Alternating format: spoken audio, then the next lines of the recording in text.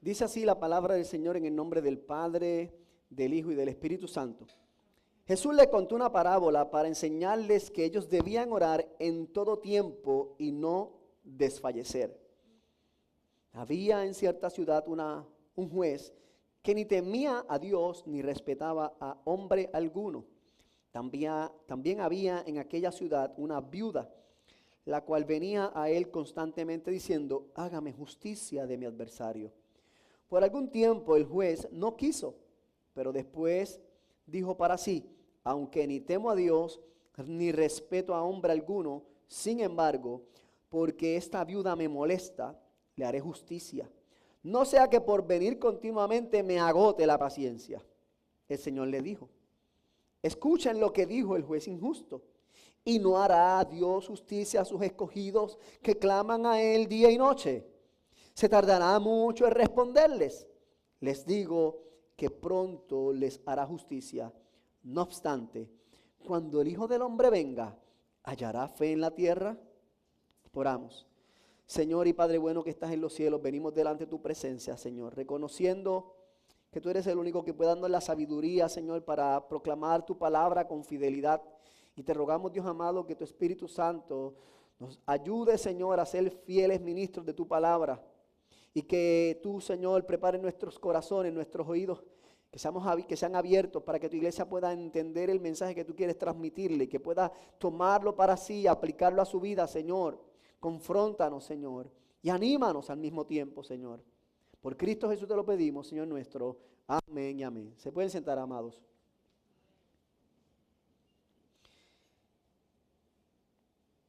En el sermón anterior estuvimos viendo, y traigo esto porque es muy importante que podamos ver, los próximos sermones están muy estrechamente relacionados entre sí. Si nosotros vemos un repaso desde de Lucas completo, vamos a ver que Lucas comienza hablando del anuncio del nacimiento de Jesucristo, luego el nacimiento de Jesucristo, los primeros años de Jesucristo, el inicio del ministerio de Jesucristo a partir de los 40 días en el desierto. Jesús comienza a ministrar, comienza a llamar discípulos, luego los envía y luego comienza su camino hacia Jerusalén, donde será crucificado. Y camino a Jerusalén Jesús está haciendo milagros, sanidades, hablando del reino y enseñando a sus discípulos cosas importantes con relación al reino de Dios. Así que particularmente estos capítulos 17, 18, 19, 20, están muy estrechamente relacionados con lo que es el reino de Dios, pero apuntando no solamente al reino de Dios de lo que está en el aquí y en el ahora, sino también apuntando hacia el establecimiento final del reino de Dios. Eso fue lo que vimos la semana pasada. Pues la semana pasada fuimos animados y fuimos recordados a que debemos estar listos y preparados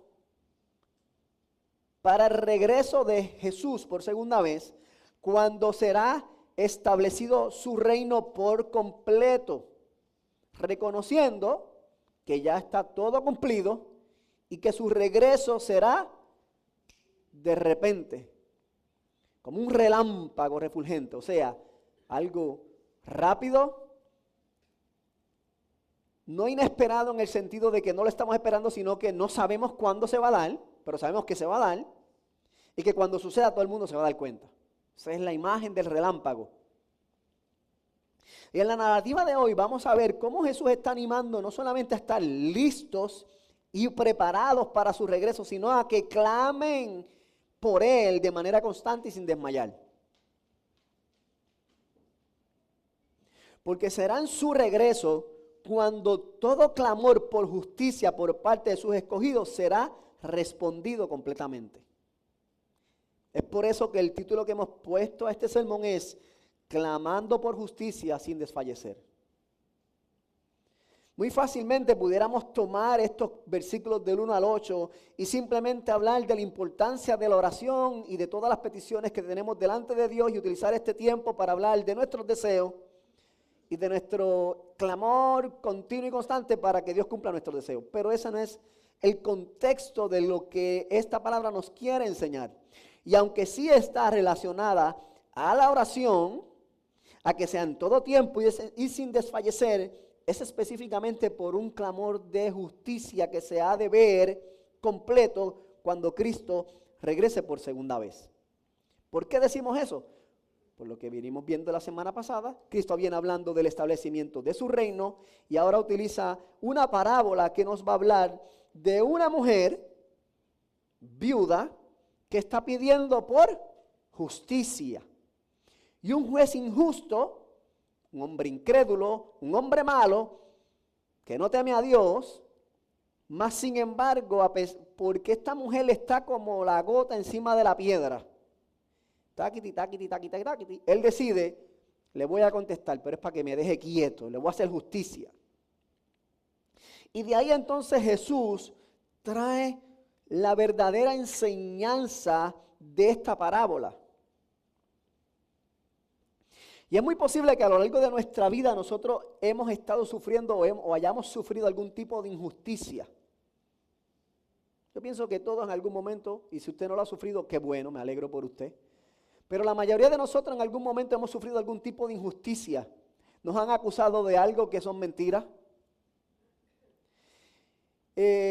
Nos han robado de algo, nos han desprendido de algo injustamente.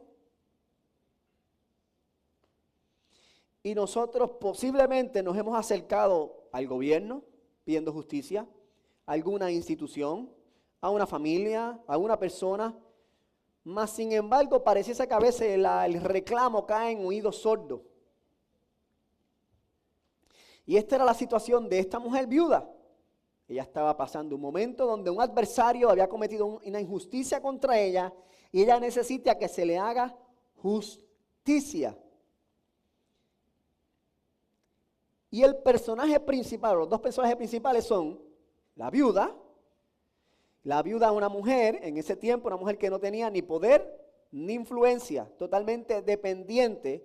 Y el otro hombre era un juez, o sea, un hombre que ya de por sí tenía una posición, por ser varón, pero en adicional a eso era juez, o sea, tenía una posición de poder, tenía influencia, tenía la capacidad de responder o de tomar decisiones importantes. Pero en el caso de este hombre que se supone que el juez está para ofrecer justicia, vemos que el carácter de este hombre era malo, contrario a su posición, era injusto, era cruel. No tenía ni temor ni de hombre ni de Dios. Y es este personaje a quien Jesús escoge para hacer un contraste entre el hombre injusto y el carácter de Dios. Cuando Jesús hace la invitación a sus discípulos a perseverar en la oración por medio de esta parábola, como dice, utiliza dos personajes, la viuda y al hombre. Y cuando él presenta el carácter del juez, él lo hace a través de una aseveración y una retórica para compararla con el de Dios. Si vamos al versículo, y este sermón no es como otros sermones donde podemos ir de abajo arriba. Aquí tenemos que ir abajo, arriba, arriba, abajo, para poder entenderlo. Si vamos al versículo 6, Jesús le dice a sus discípulos, escuchen lo que dijo el juez injusto. Nosotros a veces decimos, ¿tú escuchaste eso? ¿Tú acabas de escuchar lo que dijo? Las palabras de Jesús en puertorriqueño. Lo que dijo el juez injusto. ¿A dónde quería llevarlo Jesús? Quería llevarlo Jesús a que la respuesta del juez ante la constante petición de la viuda, a pesar del carácter de aquel hombre. Así que lo que Jesús está haciendo es poniendo, por decirlo así, en una tabla o en una balanza, aquí está este hombre, juez, injusto, inmoral, no cree en Dios, no teme a los hombres. Y aquí está Dios. Y aquí está Dios. Y por eso la pregunta, ¿y no hará Dios justicia a sus escogidos que claman a Él día y noche? La pregunta no es para poner en duda el carácter de Dios, sino para sopesarlo y poder contrastarlo con aquel hombre malo. La justicia que aquel hombre dictaminó no fue basada en su carácter, sino en la persistencia de la mujer. Entonces, si la mujer no hubiera sido persistente, se hubiera quedado sin recibir justicia, porque a aquel hombre no le importaba un pepino angolo, como decimos aquí en Puerto Rico, lo que aquella mujer estuviera sufriendo. En cambio, Dios no es igual a aquel hombre. Dios no es igual a aquel hombre. Si nosotros pudiéramos verlo en una ecuación matemática, estaría el hombre, un símbolo de no es igual, y Dios. Dios no es igual al hombre y por lo tanto la respuesta de Dios no es igual a la del hombre y la motivación de Dios tampoco es igual a la del hombre. Porque el carácter de Dios no es igual al del hombre. Así que cuando Jesús le dice la pregunta, ¿y no hará Dios justicia a sus escogidos? Es para que ellos reflexionen y piensen en el carácter de Dios. ¿Cuál es el carácter de Dios? Santo, justo, fiel, bueno, amoroso, misericordioso, compasivo. Todo lo que alguien desearía está en Dios. Así que a diferencia de aquel juez injusto, Dios no responde ni por cansancio, ni porque esté hastiado de escucharte, sino que contesta por amor y fidelidad a sus escogidos.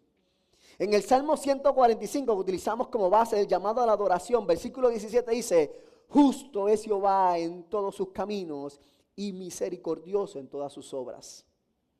Entonces lo que Jesús está tratando de traer aquí a los discípulos es que si un hombre injusto respondió al clamor de una mujer ante su necesidad de justicia, cuánto más el Dios de justicia responderá al clamor de sus escogidos.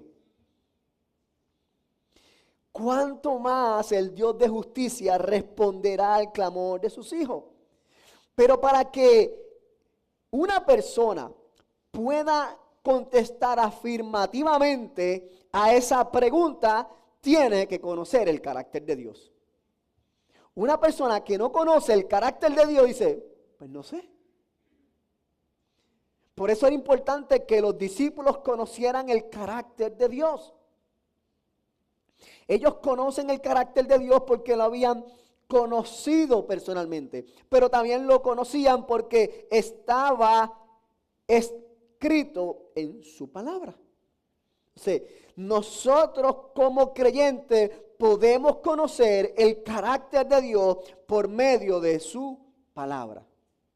O sea, si nosotros queremos tener confianza en el que Dios ha de contestar el clamor de sus escogidos, es porque tenemos confianza, porque hemos conocido de Él por medio de su palabra. La pregunta es, ¿conoces tú el carácter de Dios? Porque si no lo conoces, ¿cómo puedes confiar en Él? Entonces viene la pregunta obligada.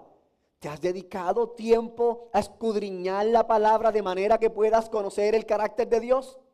Porque si no lo haces, no lo vas a conocer.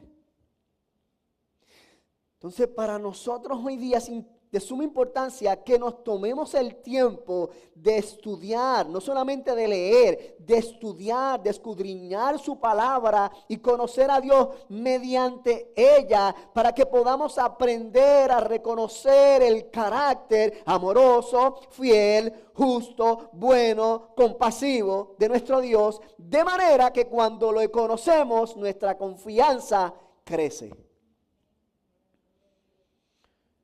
En términos humanos, si llega una persona extraña y usted dice, esa persona yo no la conozco, por lo tanto, no confío en ella. Pero a medida que conocemos a una persona o vamos conociendo a la persona y vemos el carácter de esa persona, ¿qué empezamos a hacer? Comenzamos a confiar en la persona. Es lo mismo, hermano. Si nosotros queremos crecer en nuestra confianza en Dios, tenemos que dedicarnos al estudio de la palabra.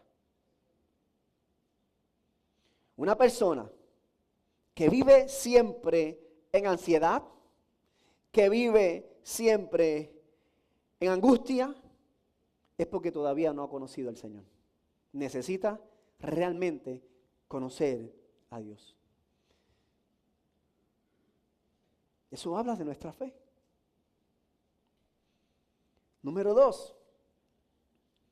Cuando vemos la misma pregunta de ese versículo 7, dice, ¿y no hará Dios justicia a sus escogidos? Importante que Jesús está haciendo un énfasis en que Dios va a hacer justicia específicamente a sus escogidos. No dice que le va a hacer justicia a Raimundo y todo el mundo, a sus escogidos. La pregunta que nos surge es, ¿quiénes son sus escogidos? Bueno, la contestación corta es todo aquel que ha creído en el Evangelio y ha sido sellado por su Espíritu Santo. Efesios capítulo 1, versículos 4 al 6, de hecho el capítulo completo 1 de Efesios nos habla acerca de quiénes son esos escogidos. No lo vamos a leer completo, pero si vamos a Efesios capítulo 1, usted puede buscar en su Biblia, versículos 4 al 6 dice, porque Dios nos escogió en Cristo antes de la fundación del mundo, para que fuéramos santos y sin mancha delante de Él. En amor nos predestinó para adopción como hijos para sí mediante Jesucristo, conforme a la buena intención de su voluntad, para alabanza de la gloria de su gracia, que gratuitamente ha impartido sobre nosotros en el amado. Más abajo, en el versículo 13 y 14, Pablo explica cómo es que ellos fueron escogidos, cómo los efesios fueron escogidos. Versículo 3 dice, en él también ustedes, después de escuchar el mensaje de la verdad, el evangelio de su salvación, y habiendo creído, fueron sellados en él con el Espíritu Santo de la promesa, que es la garantía de nuestra herencia. Así que los escogidos son todos aquellos que han creído en el evangelio y han sido sellados. Somos pertenencia de Dios. Todo aquel que confiesa a Jesucristo como Salvador le pertenece a Dios. Si usted ha reconocido a Cristo como su Salvador, usted es propiedad de Dios. Él lo ha escogido para sí. Entonces tenemos que reconocer que primeramente para a quien Jesús le está prometiendo que Dios va a hacer justicia, va a hacer a sus escogidos. Y cuando nosotros vemos la justicia y vemos la justicia de la que Jesús está hablando aquí, no está hablando de la justicia que el mundo habla hoy día. Hoy día se habla de la justicia social. No estamos hablando de esa justicia. Jesús está aquí hablando de justicia divina. Esto apunta a un clamor, es un clamor que apunta al establecimiento del reino de Dios en su plenitud. La promesa de justicia para los escogidos se manifiesta en el establecimiento del reino, donde toda injusticia será rectificada y los enemigos de Dios serán juzgados.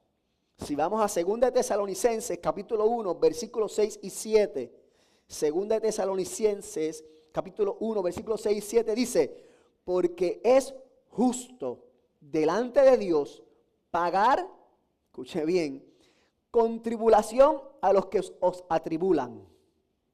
Y a vosotros que sois atribulados, daros reposos con nosotros. Cuando se manifiesta el Señor desde el cielo con los ángeles de su poder. Entonces lo que Jesús está diciendo es que hacia sus escogidos, aquellos que Él ha escogido para sí, van a ver la justicia de Dios establecida. Todas las injusticias cometidas contra los escogidos con Dios serán ajusticiadas. Aquellos que se dedicaron a tribular a los escogidos de Dios recibirán su tribulación. Y aquellos escogidos que Dios que sufrieron tribulación por causa de Jesucristo recibirán descanso. Es la justicia en dos partes, que se muestra a través de Jesucristo en misericordia para sus escogidos y en juicio de ira para aquellos que le han rechazado. Esta viuda representa a cada uno de los creyentes que han puesto su fe en Jesucristo y claman por justicia todos los días hasta que Cristo venga. Esta mujer representa a la iglesia de Jesucristo, indefensa en este mundo, ante gente llena de poder, capaz de maltratar a la iglesia, pero no quedará impune. Esta promesa no solamente era para los discípulos, esta promesa es para nosotros. Si nosotros que hemos confesado a Jesucristo como nuestro Señor y Salvador, Dios en su gracia nos ha escogido no por nuestros propios méritos, sino por amor a su nombre, como nos dice Efesios capítulo 2, versículos 8 y 9, porque por gracia ustedes han sido salvados por medio de la fe. Y esto no procede de ustedes, sino que es un don de Dios, no por obras, para que nadie se gloríe. Nosotros ahora somos sus escogidos como un acto de gracia del Señor y confiamos y descansamos que Dios va a hacernos justicia. Pero solamente vamos a disfrutar de la justicia de Dios en términos de salvación y no de condenación si hemos creído en Jesucristo. Entonces la pregunta que tenemos que hacernos es, ¿me he arrepentido yo de mi pecado? ¿He puesto toda mi confianza en Cristo como Salvador y Señor de mi vida? Si no lo has hecho, todavía estás a tiempo. Pero si tú eres un escogido de Dios, entonces tú puedes tener la plena seguridad de que se va a hacer justicia. Las injusticias que tú estás viviendo, que tú has vivido en tu vida, van a ser rectificadas. ¿Qué nos deja saber eso a nosotros? Que yo no tengo que preocuparme por qué voy a hacer yo para conseguir que se me haga justicia. Yo tengo que descansar en que Cristo ya me prometió que hará justicia. Ya. Yo soy su escogido, Él pelea por mí. No meta las manos. No metas las manos, porque lo vas a dañar. Confía en que tú eres un escogido de Dios y que Él hará justicia. Por eso el llamado es a ¿qué? Versículo 1. Orar en todo tiempo y no desfallecer. Porque cuando estamos sufriendo las injusticias de la vida, es posible que nuestras fuerzas se nos agoten. Es posible que digamos, Señor, ¿hasta cuándo? ¿Hasta cuándo tendré que soportar esta injusticia? Ya me siento desfallecer, ya no me quedan fuerzas. Y la contestación nos la da el versículo 8. Perdón, versículo 7, parte B. Se tardará mucho en responderles. Versículo 8. Les digo que pronto se les hará justicia.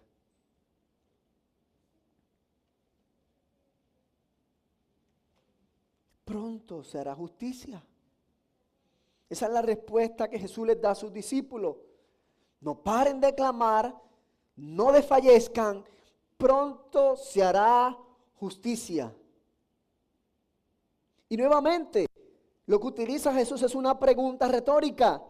¿Se tardará mucho en responderle? ¿Será acaso Dios como este juez que te respondió después que se agotó la paciencia? Y la respuesta es no. Dios siempre responde a tiempo. Ahora, los discípulos tienen que entender algo y nosotros también tenemos que entender que el tiempo del Señor no es el tiempo de nosotros.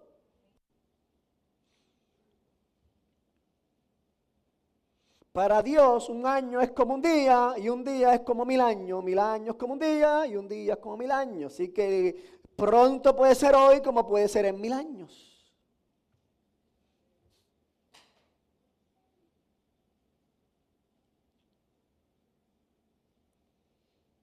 Entonces, y aquí es que viene nuestra paciencia. Aquí que se prueba por qué la invitación de Jesús. Clama día y noche y no desfallezca. Porque mientras se da el cuándo, te vas a cansar. Sí. ¿Te vas a sentir desfallecer? Sí. Pero Jesús te dice, no ceses de clamar. No ceses de clamar. Porque pronto será justicia. Recordemos lo que el sermón pasado nos enseñó. Que Cristo pronto vendrá. ¿Cuándo? Cuando la gente diga aquí o allá. No. En cualquier momento. En cualquier momento. Por eso tenemos que seguir orando y clamando y esperando preparados. Mire cómo se va formando nuestro carácter, cómo el Señor sigue trabajando en nosotros. Yo estoy orando, estoy clamando, pero estoy esperando. Pero estoy listo. Porque a veces nos pasa a nosotros en la casa, así le ha pasado. Nos vamos ya mismo. ¿Cuándo es ya mismo? Ya mismito, cuando esté listo. Me voy. Sobre todo yo que soy el que conduce el carro, ¿verdad? Papi, ¿cuándo nos vamos? Carlos, ¿cuándo nos vamos? Ya mismo, estén ready, ahí mismo nos vamos. Pues dale, que yo te veo que tú no estás vestido. Ya mismo me voy, se lo estoy diciendo. De momento, en un abrir y cerrar de ojos, salgo yo para afuera. ¿Estás listo que me voy? Pero ya tan pronto, pues si se lo vengo diciendo, que se vistan, que me voy. En un abrir y cerrar de ojos, eso pasa en las casas. Así mismo va a pasar. Tenemos que estar listos, preparados, clamando, sin desfallecer, día y noche. Porque Cristo viene, pero mientras llega, clamemos, oremos, sin desfallecer. Porque la injusticia de este mundo van a seguir. Van a seguir. Y no digamos, es que Señor Dios mío, tú te tardas tanto. Tú te tardas tanto. De Pedro nos recuerda en el capítulo 3, versículo 9, el Señor no se tarda en cumplir su promesa, según algunos tienen por tardanza, sino que es paciente para con ustedes, no queriendo que nadie perezca, sino que todos procedan al arrepentimiento. Dios, a pesar de que es justo y que va a llevar a cabo su justicia, todavía sigue siendo misericordioso para todos aquellos que todavía no se han arrepentido.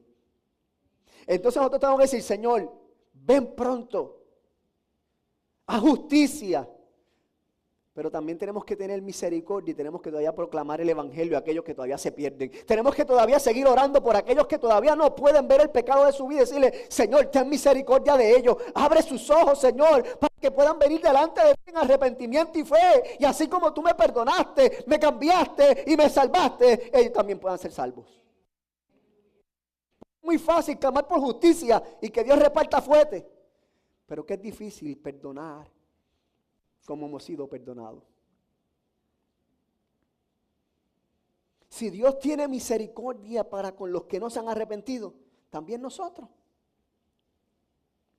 Así que cuando parezca que la justicia se demora, recuerda que el tiempo de Dios no es el tiempo nuestro. Él hará de cumplir conforme a su justicia y no mi interpretación de lo que es justicia. ¿Me va entendiendo, amado? Porque nosotros pensamos que la justicia se debe llevar así, así, así, así y así. Cuando se hace todo eso, entonces se hizo justicia. No necesariamente.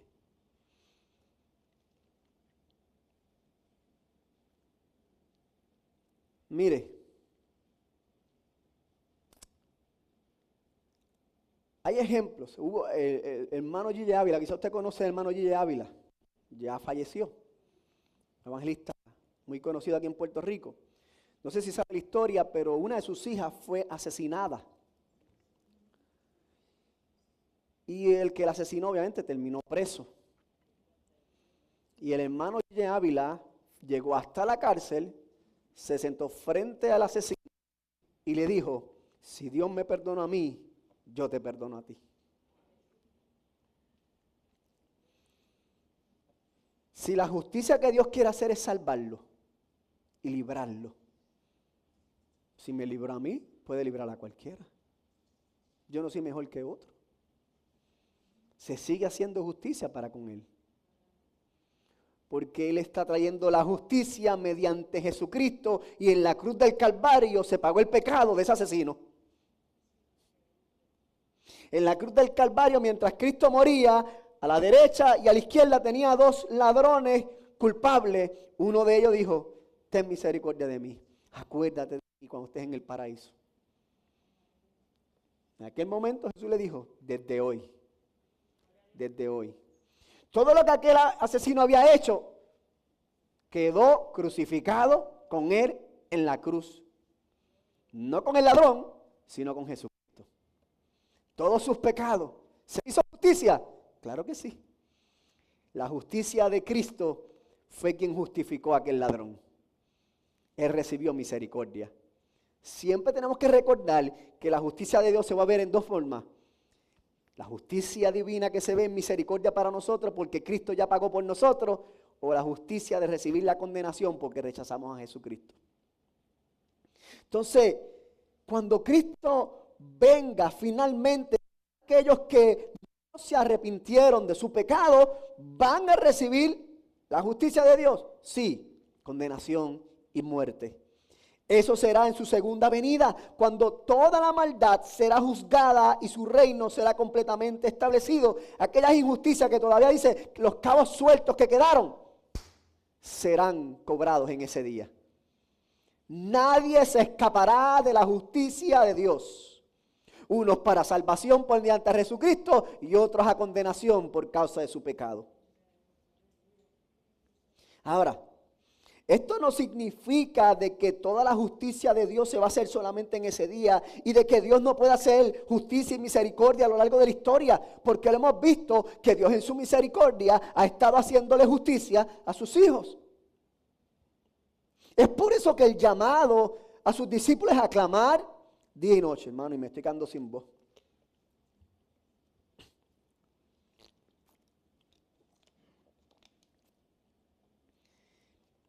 Ellos debían clamar día y noche, porque Dios podría contestar en cualquier momento a esa injusticia, a esa petición de injusticia, clamor por la injusticia que están viviendo. Dios le pudo haber dicho, claro que sí, y le hizo justicia. Mire, hermano Pablo, el apóstol, fue a la cárcel varias veces, tratado de llevarlo a la muerte. Y de varias veces Dios lo libró de la cárcel. Fueron veces que Pablo fue injustamente a la cárcel. ¿Y Dios qué hizo? Lo libró. En su último encarcelamiento, él todavía seguía orando: Señor, líbrame de esto. Pero él sabía de alguna manera que le tocaba morir. Dios anteriormente lo había librado. En ese día final posiblemente no lo libró físicamente de la muerte, pero Pablo confiaba de que finalmente se iba a hacer justicia. Igualmente nosotros. Es posible que en algún momento veamos que clamemos por justicia y que Dios conteste nuestra injusticia, o más bien las injusticias que han cometido contra nosotros. Pero puede ser que en otros momentos nos diga: espérate, espérate, espérate. Como puede que en otras ocasiones nos sorprenda de tal manera que conteste mucho más abundantemente de lo que nosotros habíamos pensado. Nosotros tenemos que perseverar en la oración. Tenemos que hacerlo día y noche. Tenemos que hacerlo sin desmayar, confiando en que Dios es fiel a lo que ha prometido. Él cumplirá. Y puede que tú estés pasando por una injusticia por el cual estés clamando y todavía no has visto respuesta. Sigue clamando día y noche, no desmayes en pedir, porque Dios es bueno, Dios es fiel, Dios es santo, Dios es misericordioso, Dios es amoroso y escucha los clamores de sus escogidos. Cuando tú menos los esperes, Dios hará justicia a sus escogidos. Eso debe darnos seguridad y esperanza en medio de nuestras angustias. Es posible que todavía tengamos que esperar algunos de nosotros hasta la venida de nuestro Señor Jesucristo para experimentar la justicia divina, pero no desmayemos en nuestro clamor, porque su venida está cerca. La pregunta que nos tenemos que hacer en esta mañana es: ¿estoy yo clamando día y noche por justicia? 1 Tesalonicenses 5:17 nos dice: orad sin cesar. No podemos clamar. Y Romanos capítulo 12, versículos 11 y 12 nos dice, no sean perezosos en lo que requiere diligencia. Y luego añade, fervientes en espíritu, sirviendo al Señor, gozándose en la esperanza, perseverando en el sufrimiento, dedicados a la oración. Nuestra actitud en medio de nuestro clamor debe ser una diligente de gozo y perseverancia. ¿Estamos viviendo injusticia? Soy diligente en mi oración, me gozo en el sufrimiento y persevero sin desmayar. La pregunta es, ¿cuál es tu actitud? ¿Has perdido el gozo y te estás llenando de amargura? ¿Has comenzado a perder la esperanza al punto que has dejado de orar? Hermano, Dios es justo y misericordioso. Él no se ha olvidado de ti. Sigue orando. Sigue orando. Pero hermano, no podemos olvidar que nosotros no somos los únicos que sufrimos en esta tierra. Hay muchos que sufren injusticias en este mundo. No podemos olvidarnos de que cuando clamamos por justicia, no solamente clamamos por nuestra injusticia, sino que podemos clamar también por aquellos que sufren injusticias. Allá afuera hay una iglesia que está siendo perseguida en diferentes lugares del mundo, donde no les permiten reunirse libremente, donde aquellos que se reúnen los sacan de la iglesia, los meten a la cárcel o los matan. Estamos clamando nosotros por ellos. Estamos nosotros clamando por la iglesia perseguida, clamando para que Dios le haga justicia a nuestros hermanos que sufren violencia. Esa gente que aunque no conocemos, son nuestra familia. Cuando oremos por ellos tenemos que imaginarnos, no imaginarnos, tenemos que pensar como si fuese literalmente mi hermano, mi mamá, mi papá que está sufriendo. Si fuese mi mamá o mi papá el que está encarcelado porque sirve a Jesucristo, ¿qué haría yo? Si fuese mi hermano el que fuera asesinado porque está sirviendo a Jesucristo, ¿qué haría yo? ¿Cómo sería mi clamor? Ese debe ser nuestro pensamiento cuando clamamos por nuestros hermanos que son cristianos y que están siendo perseguidos. Pero ellos no son los únicos. Cuando pensamos en aquellos infantes que son abortados, madres o mujeres que en sus propios vientres asesinan a sus hijos, guiadas por el egoísmo, la vanidad y la mentira de este mundo. Estamos clamando nosotros por aquellos indefensos que no tienen voz. Estamos clamando por los millones de niños que están siendo asesinados. Clamemos por ellos también. Clamemos por los ancianos que están solos. Clamemos por los pobres que no tienen con qué vivir. Clamemos por cada uno de aquellos que necesitan que se les haga justicia. Pero no solamente clamemos por justicia, clamemos también por salvación. Porque de nada valdría que Dios hiciera justicia en términos de llevar una retribución contra aquel adversario que se levanta si finalmente esa persona no reconoce a Cristo como su Salvador. Por eso mientras clamamos y no cesamos de clamar, también compartimos el evangelio a aquellos que están necesitados de justicia. Y lo hagamos y lo hacemos hasta que Cristo venga. ¿Hasta cuándo vamos a clamar? Hasta que Cristo venga. Jesús nos enseña a perseverar en la oración, clamando por justicia. No solo para que se me haga justicia a mí, sino también a aquellos que sufren la injusticia. Pero la injusticia, como decía ahorita, y la justicia que Dios ha de traer es justicia, salvación para sus escogidos, condenación para aquellos que no. Por lo tanto, una persona que no ha conocido a Cristo será destruido. Y si tú estás entre ellos, entonces la invitación es: ven a Cristo. Arrepiéntete. No esperes el día de la justicia final, no esperes el día de la condenación. Ese día va a ser muy tarde. Ya Cristo pagó por tus pecados. Ya en la cruz del Calvario Él recibió el castigo por ti y por mí. Lo único que tenemos que hacer es confesar nuestro pecado y descansar en su justicia. Descansar en lo que Él hizo por nosotros. Porque por medio de Él nosotros somos justificados. Somos justos delante de Dios por medio del único justo que ha existido. Por lo tanto, hermanos, nuestro llamado en esta mañana es a perseverar en la oración día y noche sin desfallecer. No solo por nuestras injusticias, sino por las del mundo entero. Y debemos hacerlo, número uno, confiando en el carácter justo, misericordioso, amoroso y santo de Dios. Confiando en que pronto Dios ha de responder nuestro clamor por justicia y sabiendo que veremos su justicia resplandecer mucho más radiante que el sol el día de su regreso. Ese día se hará justicia para todos los escogidos de Dios. La pregunta que nos tenemos que hacer esta mañana es la misma pregunta que Jesús le hizo a sus discípulos. ¿Hallará Dios fe en la tierra? ¿Ah, Dios en la tierra? Señor nos ayude a mantenernos confiando en Él, en su palabra y en su promesa, clamando día y noche sin desfallecer que Él hará justicia. Oremos.